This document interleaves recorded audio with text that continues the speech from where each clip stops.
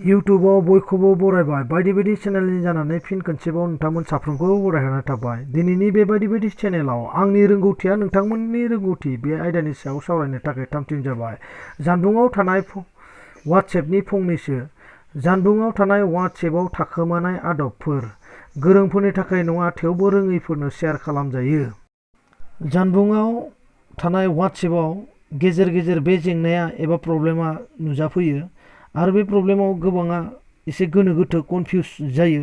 बेनि थाखाय बे जेंनाखौ माबायदिहाय सल्युसन खालामनो हायो जों खनसे नायना लानि। वाट्सएपआ सम सम बेकआप इउर मेसेज एन्ड मिडिया बेबायदि प्रब्लेम जायो। बेबायदि जायोब्ला जोङो नेभार आरो डान थुनानै बेखौ थिक खालामनो हायो। वाट्सएपनि सिङाव थानाय मोननैसो आदबखौ जों नायनो नागिरदों। दा नैबे वाट्सएप बयनिबो मबाइलाव थायो आरो बेखौ थानाया गाहाम, गोबां खामानियाव बाहायजायो आरो मोजाङानो। दा बेखौ जों नायनि। जाहा वाट्सएपआव गोबां कन्टेक्टफोर थायो गोनां। दा बेयाव माखासे गोनांफोरखौ बांसिन गोनांखौ जों गोजौआव थाबाय थाजानायखौ लुबैयो।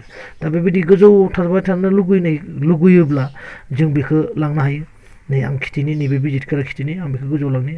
नै गोजौनि बे पिन बायदि सिम्बलाव थुना होनाय लोगो लोगोनो बे गोजौआव थांना थाहैबाय। नै बे जेब्लानोसिम आं बेखौ सेटिंखौ सोलायफिना दानफाफिना बे गोजौआव थाबाय थासिगोन। आं आरो सासे लांबावनि इच्छा खालामदों। नैबे जितेन सुके बेखौ लांनि। नै बेयो अराय सम गोजौआव थाबाय। नै बिसोर सानैया गोजौआव थाबाय थासिगोन। दा बिसोरो गुबुनफोरा हरब्लाबो बे गाहायावसो जासिगोन, खिन्थु बे सानैया गोजौआव थाबाय थासिगोन अराय सम। दा बेनिखाय सोलायफिनांगौ माने दा बेनिखाय जोङो बिब्दिहाय खालामनो हायो।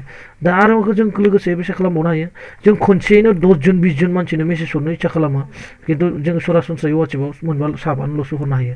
दा बेनिखाय बेखौ खालामब्ला जोंहा मोनसे दोङो ग्रुप खुलिनांगोन आरो बेखौ खालामनो इच्छा खालामाखैब्ला बेनि अनगायै मोनसे सेटिं दंबावो। नैबे मोनथाम दटआव बेयाव थांनानै नैबे निउ ब्रडकास्ट बेयाव थांनानै जोङो सोरखौ नांगौ नैबे सासेखौ लाबाय आङो धरिलक, ओमफ्राय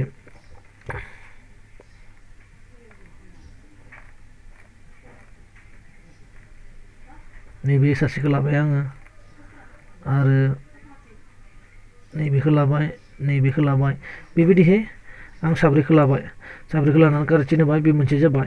दा बेयाव आं मेसेज होनाय लोगो लोगोनो धरिलक ओरै होबाय। बे मेसेजआ खनसेनो गासैनावबो थांबाय आरो बेयो आं बारे होबावनो गोसो गैला। दा आं नायनिबा नायनो हागोन। आं माबोरै नायफिननि थांदोंना थाङाखै जों खनसे प्रमान खालामनि।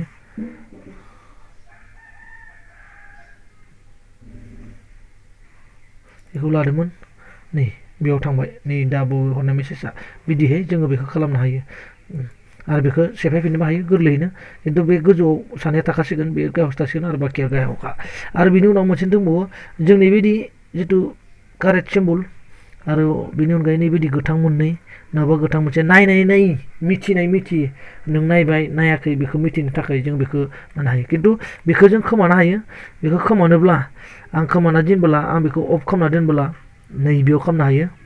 बे आंनि बे सेटिंआव थांबाय, नैबे एकाउन्टआव थांबाय, एकाउन्टनि उनाव नैबे प्राइभेसियाव थांबाय, प्राइभेसिनि उनाव नैबे बेखौ अफ खालामनो हायो। जेरै आं दा खालामबाय।